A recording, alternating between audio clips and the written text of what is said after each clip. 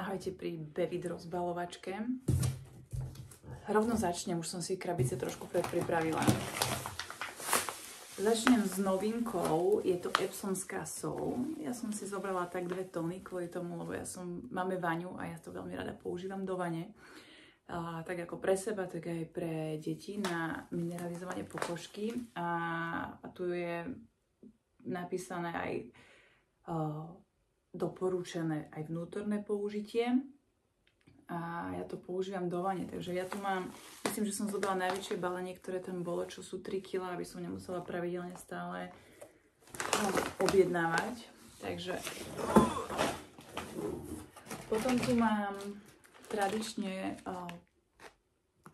kakao. Veľakrát sa mi stáva, že kakao, sú tam 3 druhy kaká a jedno je tam veľmi často vypredané. Ja som akurát schytila to, čo býva často vypredané. Je to prášok. Nie je to prášok, skôr sú, teda závisí, ako s tým bolo narábané. Takto nejak to je hmota taká kakaová, ktorá vyzerá fakt jak vylisované. A dole môžete trošku počuť, ako sú tam šuchoce prach. Toto má 200 gramov. Sú aj väčšie balenia, ale tým, že ja to používam relatívne často, tak ja viem, že týchto 200 gramov mne vyjde akurát na ten 1 mesiac, kde potom vlastne po ďalšom mesiaci spravím opäť ďalšiu objednávku. Ďalej sušené hrozienka, ktoré používame do takej sklenenej misky, čo máme na stole. Ja to používam iba buď do sladenie kaše na raňajky, alebo si len tak zobkáme večer, keď luštíme sudoku pri stole.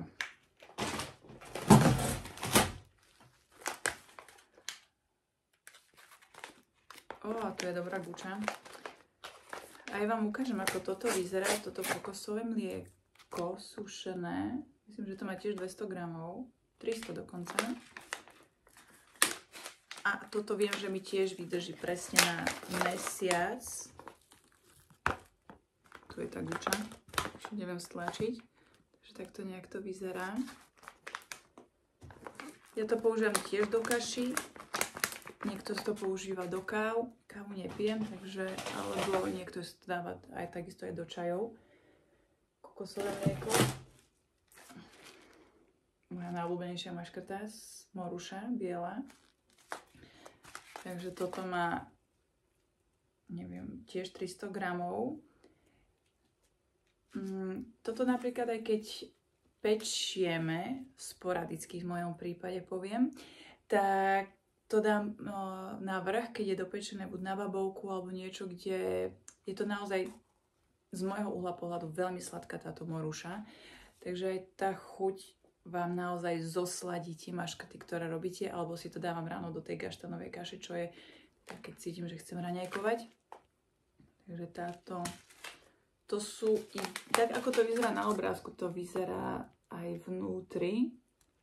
Takže nie je to taká tá moruša sušená, ale je rozdrobené vlastne tie bobulky, čo sú na tých plodoch. No.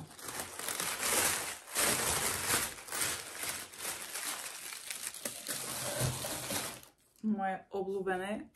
To vydrží mi, ja už to mám vyskúšané, toto sérum mi vydrží 2 mesiace. A ten krém, kúpila som si obidve, duo.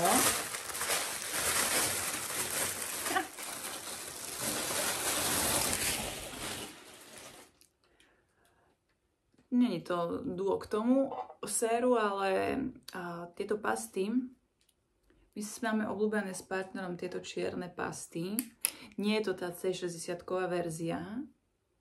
Je to Super Dent Black. Fakt je black.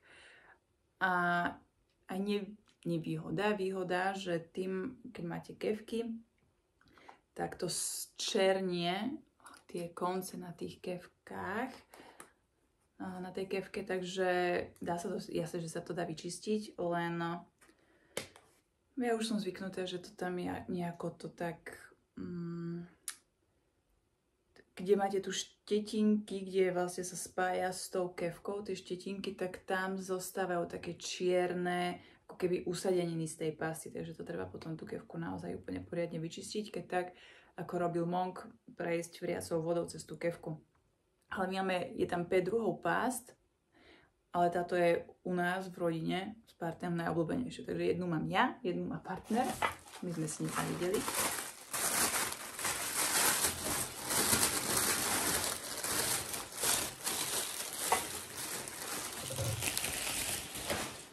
Tuto je tá C60 balzám spolu s týmto, čo používam na tvár. Tento balzám mňa vždy prekvapil, lebo ako keby každý iný mal inú konzistenciu. V zmysle, že niektoré tam majú viac čiernych bodiek, čo spôsobuje ako keby taký ten peeling na tvár. Nie je... Keď sa to naberie, nakrémuje, tak... zachytáva. Toto má vôňu do levandulová, ako som už v predchádzajúcich videách spomínala. A toto cez 60-kové sérum, tak to má takúto konzistenciu naťahovaciu. A mne sa stáva napríklad, že aj toto 60-kové sérum, že keď si to nanesiem na vyčistenú pleť, tak a nenanesiem do nejakých 5 minút tento balzám, tak sa mi deje, ako keby sa mi vytvárali také šupinky na tvári. Takže preto ja to používam, toto kombo spolu. Ďalej. Tak ako vidíte, všetky produkty sú super balené.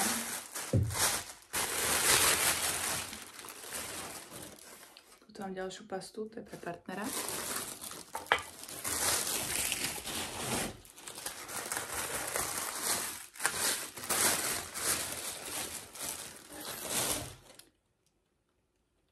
Tuto je šípkový olej. Tento som ešte nikdy neskúšala, takže mám premiéru, ale myslím, že som si ešte objednala jahodový, pretože jahodový býva veľmi často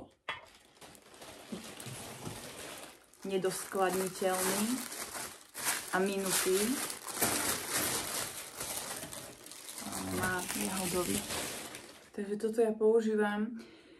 Na čo to používam tieto? Tento mám teda premiérový, takže tento ešte uvidím, ako to skombinujem, ale tento strawberry používam, keď večer ideme spať a syn miluje sa masírovať. On sa mi tam rovno vyzlečie, nachystá mi pacičky, nožičky, ručičky, brúško a len si smeruje, kde ho mám masírovať. A ja používam, v podstate asi každý večer sa masírujem, pre nás je to taký rituál, kde použijem okrem tohto strawberry, niekedy tam kvapnem, ak cítim, že má oslabenejšiu imunitu, tak kvapnem esenciálny olej kadidlo. A tomu dávam do pupčeku, spolu aj s týmto, a tak mu tam chvíľku, nech sa to vstrebe cez ten pupok, pretože aj my sme boli spojení cez ten pupok s pupočnou šnúrou s maminkou a vlastne cez ten pupok, ktorý rýchlejšie to prechádza do toho krvného obehu.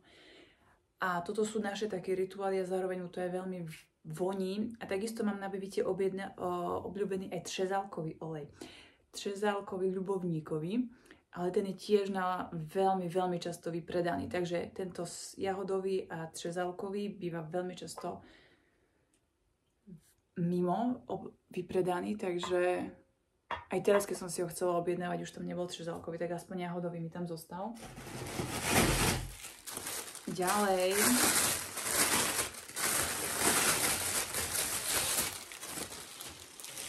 Skúste si, teda keď pozeráte videá, tak čo každý mesiac ide ľanový olej, pretože to partner veľmi často používa do svojich šalátov.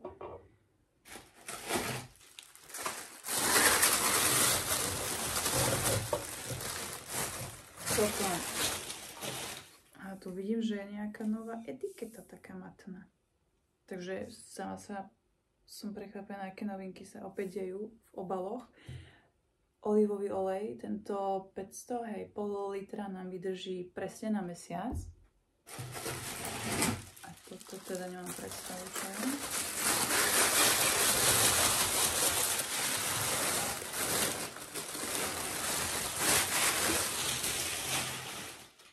OK, tak vypimpovaný litrový olivový olej. To mi tam asi partner šupoval, keď som nepozerala do košíku, OK. A ďalej. Ako som už hovorila, ja veľmi rada čistím podlahy, alebo aj nábytok octom. Keďže predchádzajúca várka sa mi rýchlo minula. Myslím, že toto má byť 5 litrov. Áno, 5 litrový ocot. A toto ja používam tým, že pracujem s klientmi a tak ďalej, tak to čistím tým podlahy aj vo svojej pracovni, aj v celom dome. Takisto aj decentne dávam, prekryjem vlastne nábytok, dvere a tak ďalej.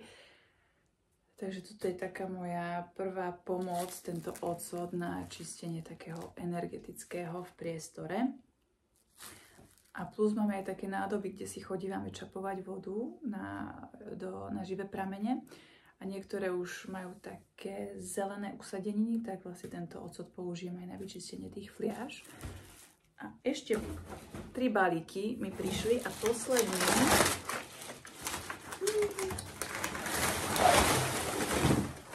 z tohto sa veľmi teším. A toto je, myslím, že úplná novinka na Bevite.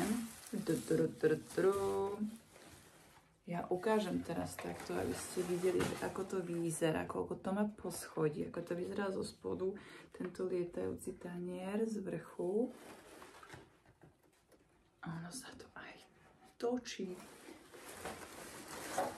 Ja som zachytila aj na sociálnych sieťach, že jeden pán tiež vyrábal takéto stojany, len tam som nevidela presne, že aký esenciálny olej tam je. A teraz presne tam je aj vidieť ten nápis. Tak som veľmi rada. A tuto hore sú vlastne tuto sú menšie otvory. A tu sú pre tie 15 ml esenciálne oleje. Tak z tohto sa veľmi teším. A je to fakt presne.